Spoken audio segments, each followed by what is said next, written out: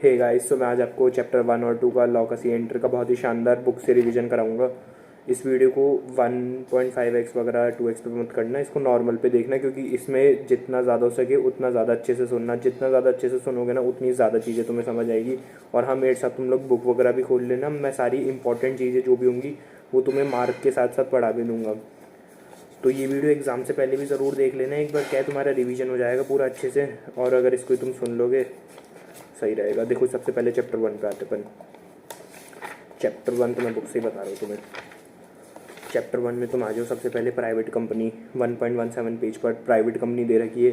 Private company simple सा इसका minimum paid up share capital as में भी प्रेस्क्राइब, जो कि मुझे भी नहीं पता कितनी होती है, शायद किसी को ही नहीं पता होगा, मतलब लिखा हुआ है इसमें, तो वो काम की नहीं। मिनिमम पेड अप शेयर लिखना है बस, इतनी जो प्रेस्क्राइब होती है उतनी रहती है। आर्टिकल्स में right of transfer of share restrict है, ये तो तुम्हें पता है, ये तो फालतू बात है। इसकी मिनिमम मतलब मैक्सिमम 200 होती है। अब सबसे मेन चीज़ है उसमें 200 में किस किस को काउंट करते हैं। देखो, जो जॉइंट होल्डर्स है ना उसको तो देखो, जैसे 2 जॉइंट होल्डर एक कोल्ड कर रखा है तो 2 जॉइंट होल्डर को एक ही मानेंगे।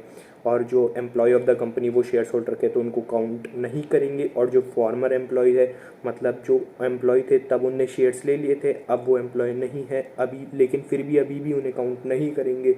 तो 200 की लिमिट में ये दोनों को काउंट नहीं करेंगे। और इसमें इनविटेशन टू द पब्लिक नहीं कर सकती है फॉर सब्सक्राइबिंग तेरे सिक्योरिटीज़। तो ठीक है, आगे आगे आगे। स्मॉल कंपनी तो देखो हमारे अटेम्प्ट में पूछ लिया जाता है पूरा, मतलब एमसीक्यू में पूछा था जितना मेरे को याद है थोड़ा बहुत। क्या अमेंडमेंट था हमारे अटेम्प्ट में, तो अमेंडमेंट तो बहुत ज़्यादा इंपॉर्टेंट है, लिटरली बता रहा हूँ। लॉ और टैक्स में अमेंडमेंट से तो सीधा सवाल आ जाता है, तो अमेंडमेंट तो बहुत ही अच्छे से करके जाना। अब बात करते हैं स्मॉल कंपनी के बारे में। देखो, स्मॉल कंपनी है ना, एक प्राइवेट कंपनी होती है जिसमें अपना minimum paid up share capital 4 crore से एक्सीड नहीं करना चाहिए, और टर्नओवर अपना 40 करोड़ से। और इसकी 3 एक्सेप्शन है। सेक्शन 8 कंपनी, होल्डिंग और सब्सिडरी, दोनों की बात कर रहा हूँ, दोनों कंपनी, और any company govern by special act, ये तीनों हैं। बाकी तो इसमें कुछ भी नहीं है, बाकी तो इस चैप्टर में कुछ भी नहीं है, इससे बेसिकली आता नहीं है, इसलिए इतना कोई मतलब है नहीं। तो देखो, मैं तुम्हें बताता हूँ चैप्टर 2, ये बढ़िया चैप्टर है। इसमें सबसे पहले बात करते हैं अपन प्रमोटर्स के बारे में। प्रमोटर्स कौन होते हैं? Promotion of the company initiate जो करते हैं वो होते हैं प्रमोटर्स। और इनके नीचे 3 पॉइंट लिखे हुए हैं, जो एनुअल रिटर्न में जिनका नाम आता है और जिनका प्रोस्पेक्टस में नाम आता है। दूसरा, in whose direction board of directors are accustomed to act. तीसरा point, control affairs of the company directly और indirectly as a share holder, director और अदरवाइज। ये 3 पॉइंट है। वैसे तो प्रमोटर भी मुश्किल ही आता है, लेकिन थोड़ा बहुत तो याद कर ही लेना।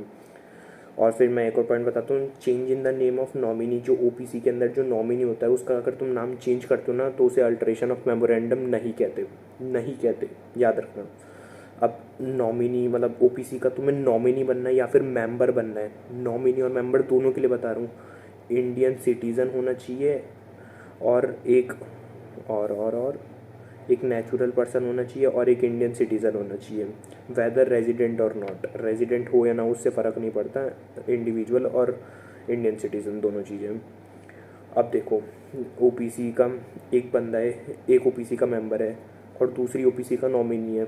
जो वो दूसरी ओपीसी का नॉमिनी है ना, उसका मेंबर मर गया मान लो, तो जो वो दो उसका भी मेंबर बन जाएगा। तो एक मेंबर अगर 2 ओपीसी का मेंबर है बाय वर्च्यू, वैसा से पॉसिबल नहीं है लेकिन ऐसे हो गया, तो उसको 180 दिन के अंदर एक करेक्टिव एक्शन लेना पड़ेगा। बेसिकली किसी और को अपॉइंट करना पड़ेगा मेंबर, इसको नॉमिनी बना के उसको मेंबर अपॉइंट करना पड़ेगा। ये है ओपीसी का। ओपीसी को तुम प्राइवेट या पब्लिक कंपनी में कन्वर्ट कर सकते हो, बट सेक्शन 8 कंपनी में कन्वर्ट नहीं कर सकते। अब देखो, सेक्शन 8 कंपनी का क्या है। सेक्शन 8 कंपनी वही प्रमोट करता है charitable purposes, education, health, sports, ये सब। इसका जो प्रॉफिट्स होता है ना, वो इसके जो ऑब्जेक्ट्स होते हैं उसका प्रमोशन में काम आता है। इसके प्रॉफिट से तुम डिविडेंड डिस्ट्रीब्यूट नहीं कर सकते, ये याद रखना।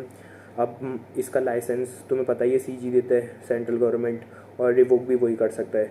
रिवोक वो 3 चीज़ें होती है ना, तो वो रिवोक कर सकता है, वो मैं बाद में बताऊंगा। पहले ये देखो कि लाइसेंस अगर रिवोक करता है सीजी, तो उसमें वो क्या क्या कर सकता है। सबसे पहला, उसको प्राइवेट लिमिटेड या लिमिटेड कंपनी में कन्वर्ट कर सकता है।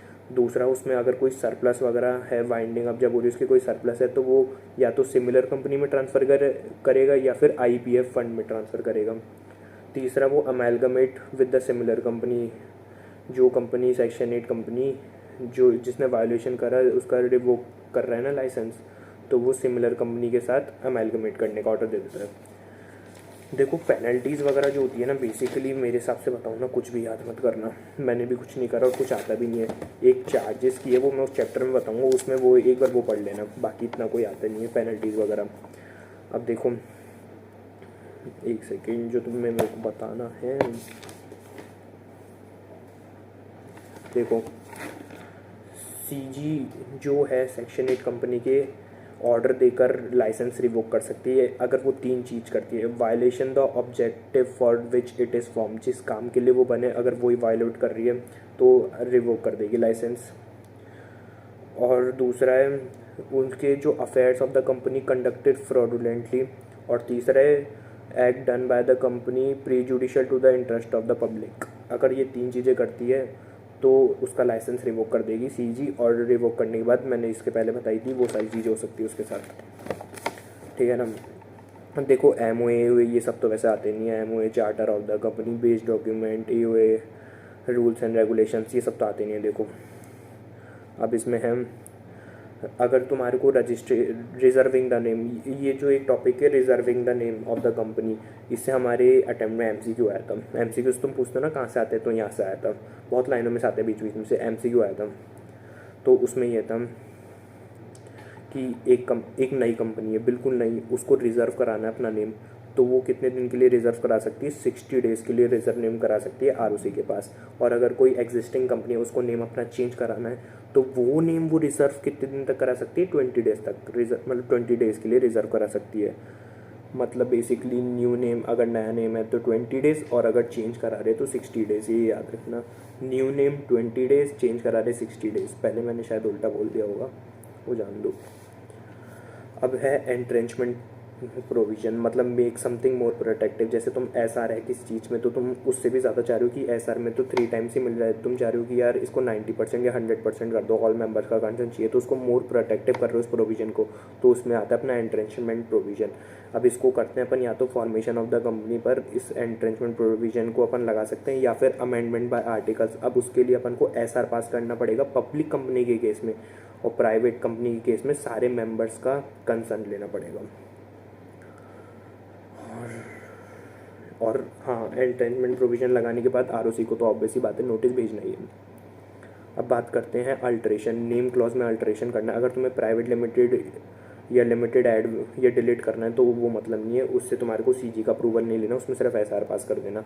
लेकिन अगर तुम नाम चेंज कर रहे हो तो तुम्हारे को CG का अप्रूवल भी लेना पड़ेगा। ऑब्जेक्ट क्लॉज, प्रॉस्पेक्टस तुमने इशू करा, तुमने एक ऑब्जेक्ट के लिए इशू करा था, अब वो ऑब्जेक्ट तो तुम्हारा चेंज हो गया कि उसमें तुम्हें लगा कि यार इसमें तो कोई इफेक्टिवनेस नहीं है, दूसरा ऑब्जेक्ट कर रहे हैं, ये केस स्टडी में बहुत आता है। दूसरा ऑब्जेक्टिव कर रहे हैं तो क्या तुम दूसरे ऑब्जेक्टिव के लिए जो तुमने पहले ऑब्जेक्टिव के लिए पैसे लेते, दूसरे ऑब्जेक्टिव जो नया ऑब्जेक्टिव है उसके लिए लगा सकते हो क्या?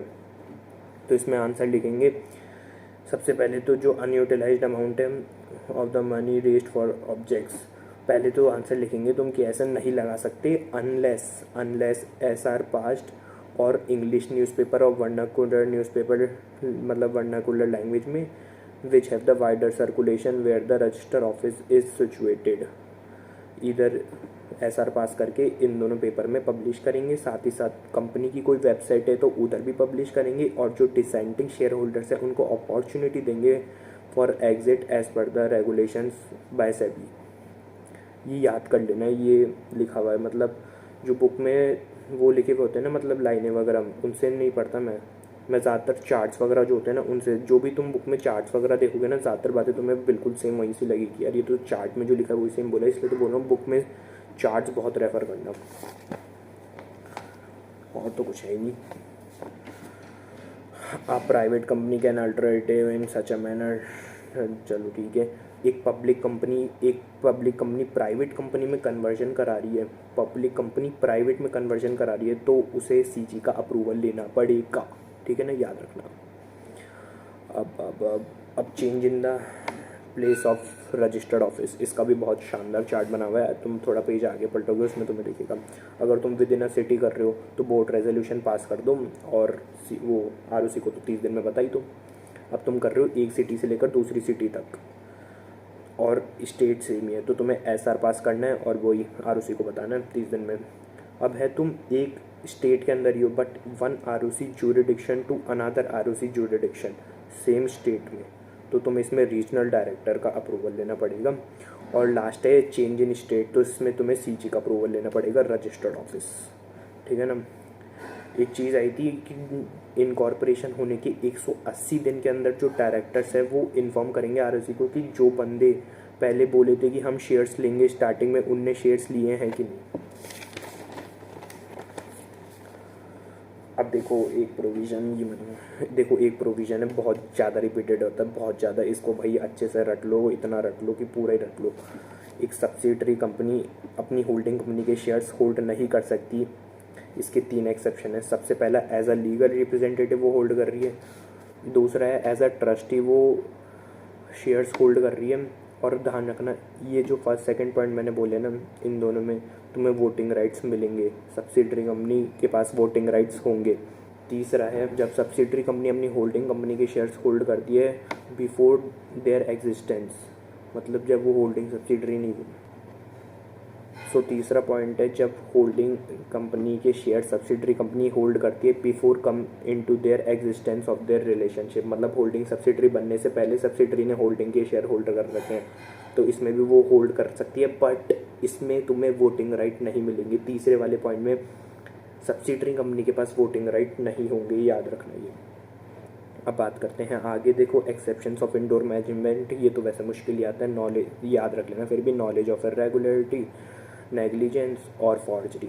देखो एक चीज़ है, जैसे मैं भी पढ़ता था ना तो ये रहता था कि मतलब बहुत सारी चीज़ें मेरे को, जब मैं वीडियोस देखता था ना तो बहुत सारी चीज़ें सुनने को मिलती थी जो मेरे को खुद ही नहीं पता चलती थी कि यार ये तो नहीं है।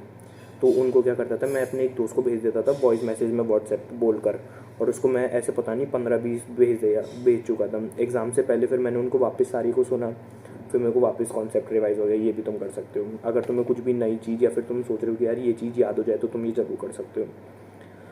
अब देखो इसमें तो मैंने तुम्हें बता ही दिया था, अगला पेज करते हैं। Serving of documents to company. देखो कंपनी को डॉक्यूमेंट सर्व करने हैं, सबसे पहले तुम्हारे को डॉक्यूमेंट सर्व करने हैं या तो कंपनी को या फिर ऑफिसर्स को। तो तुम्हें कैसे करना है, रजिस्टर्ड पोस्ट से, स्पीड पोस्ट से, कुरियर सर्विस से, delivering at its registered office, या फिर इलेक्ट्रॉनिक मीन्स। अब दूसरे में तुम्हारे को डिलीवर करना है रजिस्ट्रार को या फिर किसी मेंबर को, तो इसमें बस एक नॉर्मल पोस्ट है और ऐड कर देना, बाकी पिछले वाले वही है, इसमें तो इतना वैसे कुछ पूछता नहीं है। अब एक शानदार प्रोविज़न है जिसमें क्वेश्चन आ सकता है, मतलब इससे केस स्टडी आएगा। एक मतलब ब्रांड था उसका, मतलब एक कंपनी थी, उसका सेम नाम रखकर दूसरी कंपनी रजिस्टर हो गई। अब जो दूसरी कंपनी रजिस्टर हुई वो अगर 3 साल हो गए उसे रजिस्टर हुए, 3 साल के अंदर अंदर जो ओरिजिनल ओनर था उसने CG को अप्लाई करता है कि भाई इसने मेरा नाम सेम रख रखा है, तो CG उस कंपनी को ऑर्डर देगी कि भाई तुमने नाम इसके जैसा सेम रख रखा है, इसको 3 महीने में चेंज कर दो, ऑर्डिनरी रेजोल्यूशन पास कर 3 महीने में नाम चेंज कर दो। अगर 3 साल से ज़्यादा हो गए तो फिर कुछ नहीं होगा, ओनर CG को अप्लाई करेगा, बट 3 साल से ज़्यादा हो सकते हैं तो वो कंपनी CG के बोलने पे तो नहीं करेगी। बट इसमें एक और केस स्टडी आई थी, बट अगर जो रियल ओनर है वो उसको 3 साल के बाद भी बोलता है कंपनी को कि चेंज कर दो, तो अगर कंपनी खुद चाहे तो चेंज कर सकती है, SR पास कर, याद रखना SR पास कर, ठीक है ना। Authentication of documents, proceedings and controls. देखो ऑथेंटिकेशन करना है तुम्हें डॉक्यूमेंट्स, प्रोसीडिंग्स और कंट्रोल्स का, तो इसमें है KMP ऑफिसर या फिर employ duly authorised by board. ये तो तुम्हें रटना पड़ेगा लास्ट के पेज में, वैसे ये इतना रेलेवेंस टॉपिक नहीं है, फिर भी एक बार देख लेना क्या है इसमें। एक क्वेश्चन की स्टडी पढ़ी थी मैंने इसलिए। और देखो अब एक और चीज़ बताता हूँ मैं, अब एक ICI का एक MCQ बताता हूँ मैं बुक में से। देखो बुक में मेरे को मिला था, मतलब भाई कहाँ कहाँ से ढूंढते हैं ये लोग बीच में से, मैं तो ये देखता हूँ। पेज नंबर 2.42 पे आओ, इसमें नीचे जाओगे ना, एग्जाम्शन में लिख रहा है कि निधि कंपनी को एक नोटिस देना होता है ना मेंबर्स को मीटिंग के लिए, वो निधि कंपनी उन लोगों को नहीं देती जिनके पास 1000 रुपये की फेस वैल्यू तक के शेयर है, या फिर 1% लेस देन 1000 के फेस वैल्यू के शेयर है, या फिर 1% of total paid up share capital, उनको वो लोग नोटिस नहीं देते। उनके लिए वो लोग न्यूज़पेपर, इंग्लिश न्यूज़पेपर और वर्नाकुलर लैंग्वेज वाले न्यूज़पेपर, इनमें वो लोग वो दे देते हैं, पब्लिश करा देते हैं। तो ये टीम्ड कंप्लाइंस मानी जाती है, इनको नोटिस देने की ज़रूरत नहीं है। ये लाइन भाई ये MCQs में आया था, सोचो अब ये कहाँ से आ गया इस चैप्टर में। मैं तो खुद ही उस टाइम में पढ़ा था, मतलब पहले पढ़ लिया था वैसे तो MCQs कर करके। इसलिए ये ध्यान रखना कि बिल्कुल बीच बीच में से कहीं से भी आ जाते क्वेश्चन। और एक और चीज़ है कि मान लो एक कंपनी ने नाम चेंज करा अपना, तो जो नया नाम रखा है ना उसके साथ ही तुम्हें 2 साल तक पुराना नाम भी लिख के रखना पड़ेगा। एक और ये छोटा सा प्रोविज़न है, बस हाँ थोड़ा दिमाग में रख लेना। बाकी तो इस चैप्टर में और कुछ भी नहीं है, बाकी तो ये चैप्टर हो गया है। और बाकी चैप्टर भी अब धीरे धीरे आएंगे, धीरे धीरे बाकी चैप्टर की वीडियो डल जाएगी। बस ये है कि ये वीडियो एग्ज़ाम से पहले ज़रूर देख लेना। और हाँ, इस वीडियो में सुनना ज़रूर, और जो मैंने ट्रिक बताई ना वॉइस मैसेज रिकॉर्ड करने की, वो ज़रूर करना।